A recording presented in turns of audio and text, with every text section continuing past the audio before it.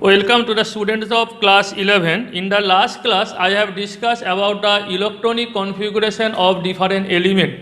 Today, I will discuss how to calculate the number of unpaired electron of an atom or ion and their magnetic moment. Also, the shape of SPD subshell and the node and nodal plane, that is in your atomic structure. First, you consider iron Fe2 plus. The question is, what is the number of unpaired electron of Fe2 plus and what will be the magnetic moment of Fe2 plus? You know iron atomic number 26, then what will be electronic configuration? Argon 4s2 3d6. This is for iron.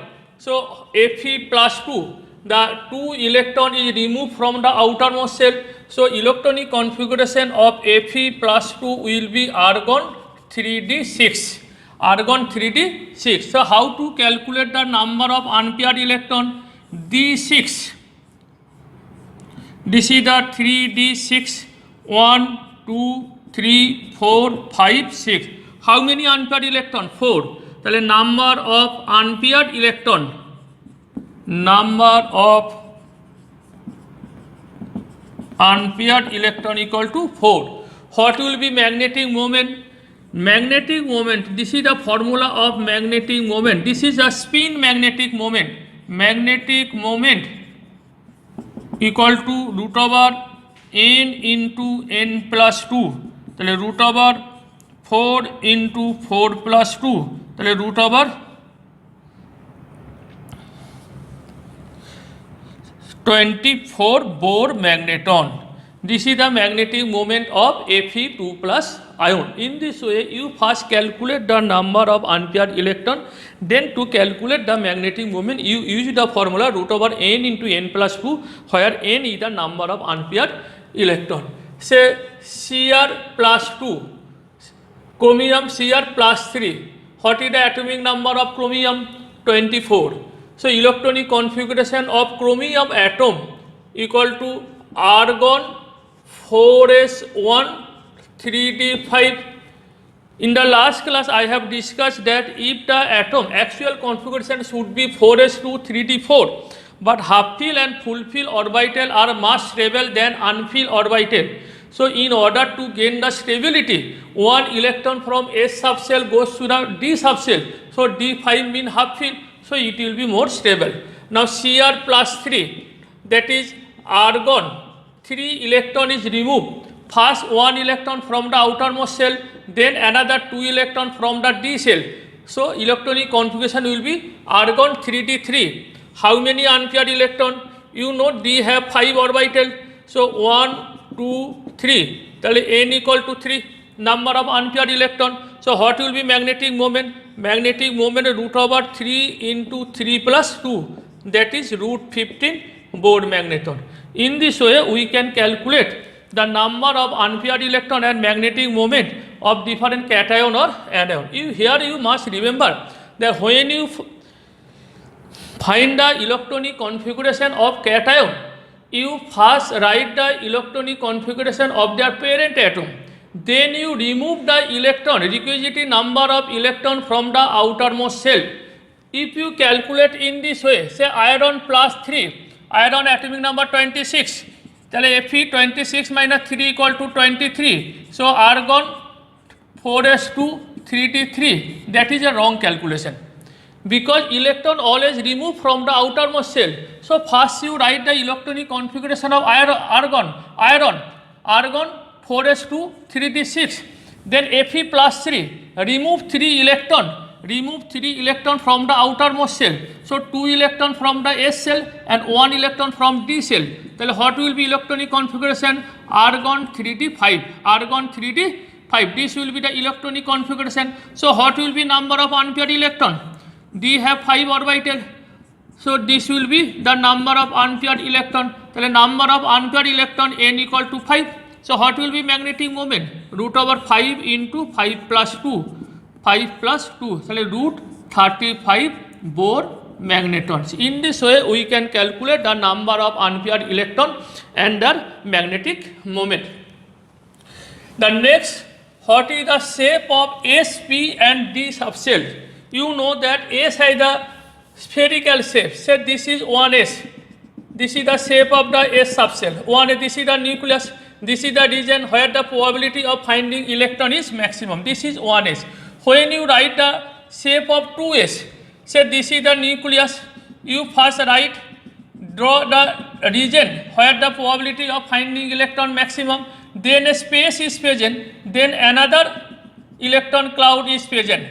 This is the shape of 2s. This is the shape of 2s. Now this region where the probability of finding electron is 0, this region is called node. Then what is the node? Say this is 2s. Then 1s has no node, but 2s have one node. What is node? The region around the nucleus where the probability of finding electron is 0. That is called node. Node are two types. One is called radial node, another is called angular node. The radial node is given by the formula radial node. Radial node is given by formula n minus L minus 1. N is the principal quantum number, L is the secondary quantum number. So radial node is n minus L minus 1. For example, 4s, how many radial node? N equal to 4, L equal to 0, 1. That is 3 radial node.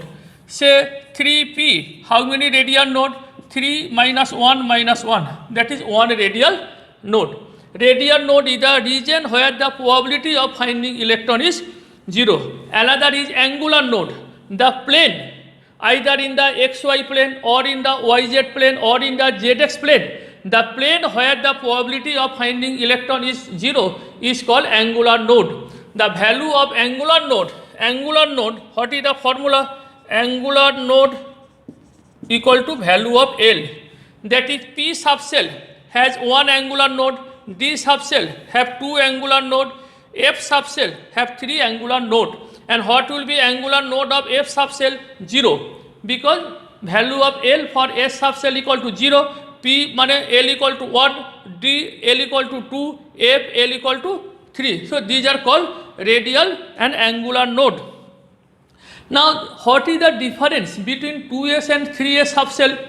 Now when you have to write the difference between 2s and 3s subshell, first remember both have spherical shape, but the size of 2s subshell is greater than 1s subshell. Size of the 2s subshell is greater than 1s subshell. Number 2, 2s subshell have one radial node, but 1s subshell has no radial node. Number 3, 2s subshell have greater energy than 1s subshell. That is, energy of 2s subshell is greater because value of n increase. The 2s subshell have one radial node, but 1s subshell have no radial node. 2s, the size is larger than 1s subshell. Similarly, say calculate the radial node and angular node. Say this, calculate radial node and angular node of 3s, 2p, 4d, 3f subshell. Calculate the radial node and angular node of 3s, 2p, 4d, 3f subshell. How you calculate this? For 3s radial node, what is the formula? N minus L minus 1. 3 minus 0 minus 1. That is 2. And angular node কত হবে 0, because for s value of L equal to 0. For 2p, what will be radial node? Radial node equal to n, 2 minus L, 1. For p subshell L equal to 1 minus 1, that is 0. Or angular node equal to 1, because value of L for p subshell equal to 1.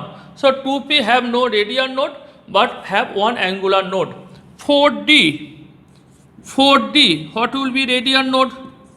Radial node equal to 4 minus d means L equal to 2 minus 1, that is 1.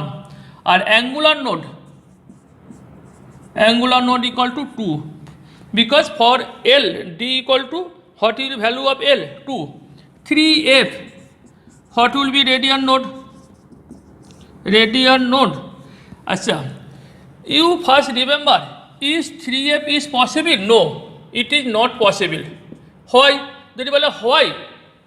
So here you write another question, why 2D or 3F subcell is not possible?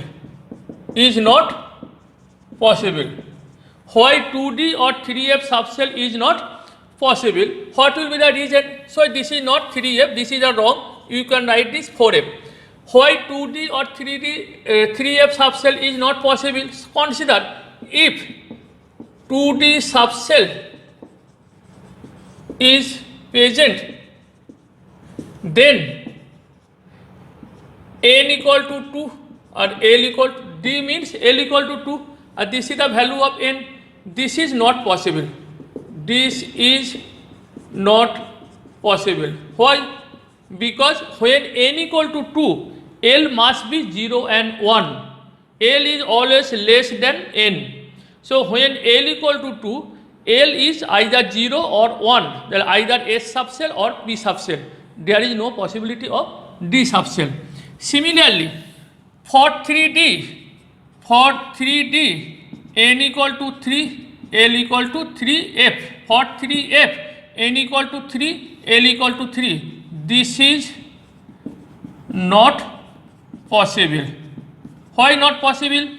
Because L is always less than value of n. So when n equal to 3, L must be 0, 1 or 2. That is S, P or D subcell. F subcell is not possible. For this reason, 2D or 3F subcell is not possible. So if you write it 4F, what will be radian node? 4 minus 3 minus 1 equal to 0. What will be angular node? Angular node equal to 3. So in this way, we can calculate the radian node and angular node. What is a node? Node or nodal plane is a region around the nucleus where the probability of finding electron is 0. Now this is the shape of the S subcell. What is the shape of S subcell? Spherical shape. What will be shape of P subcell? P has dumbbell cell. Say this is Px, x, y, z. This is called Px. Say this is Py. This is the y axis. This is x axis. This is z axis. So this is Py. What will be the shape of Pz? So this is the Pz. This is z. This is x. So this is the shape of Pz. So Px, Py, Pz are the dumbbell shape. Px along the dumbbell is along x axis. Py the dumbbell is along y axis, and Pz is dumbbell is along z axis. So you must draw this type of cell. This will be in the board question. What will be the shape of D subcell?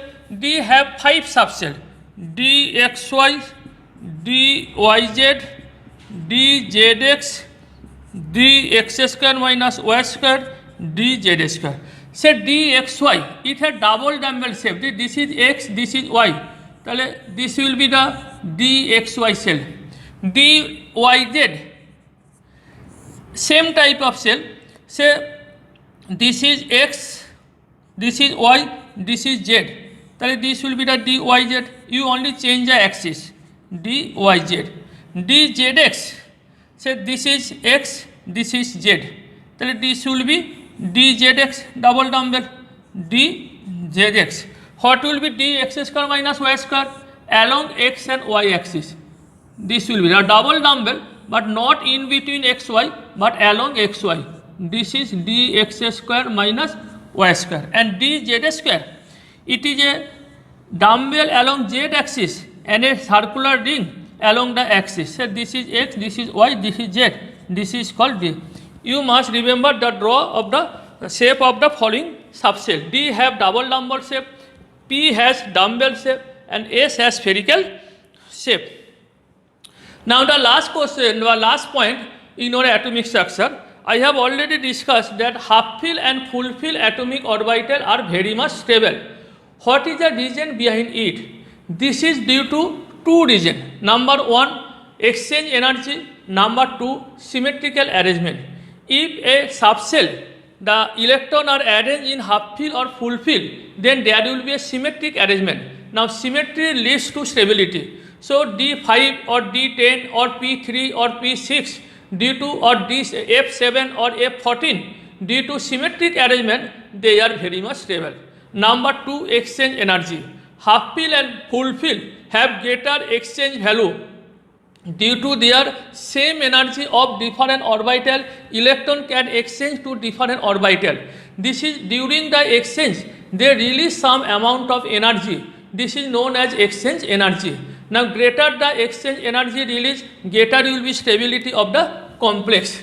For example, if you consider D4 and D5, one is half-filled, another is unfilled. Say you consider D5.